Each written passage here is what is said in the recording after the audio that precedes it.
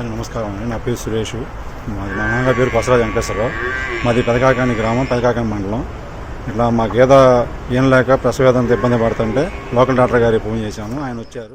గుంటూరు జిల్లా పెదకాకాని గ్రామానికి చెందిన రైతు శ్రీ కొసరాజు వెంకటేశ్వరరావు గారు తమ చూడి గేదె ఈనడానికి ఇబ్బంది పడుతుందని గ్రహించి తన గ్రామంలోని పశు వైద్యులను సంప్రదించారు. శస్త్రచికిత్సలో నిపుణులైన డాక్టర్ సాంబశివరావు గారు వెంటనే గేదెను పరిశీలించి సిజేరియన్ శస్త్రచికిత్స ద్వారా దూడను తీసి గేదెను ప్రాణాపాయం నుండి కాపాడారు. చికిత్స తర్వాత తిరిగి గేదెను రైతు ఇంటి వద్ద 1962 వాహనం ద్వారా ఉచితంగా పంపించారు. పెద్ద డాక్టర్ గారు చేపూడి ఐడి గారికి ఫోన్ చేశారు.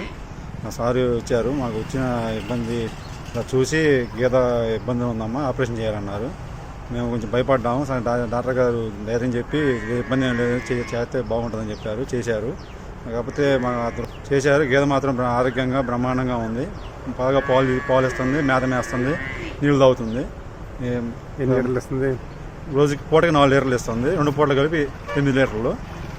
ఇట్లా డాక్టర్ గారి దయ వల్ల మా గేదె మాకు ఆరోగ్యంగా మాకు అందించారు. మాకు చాలా ఆనందంగా ఉంది.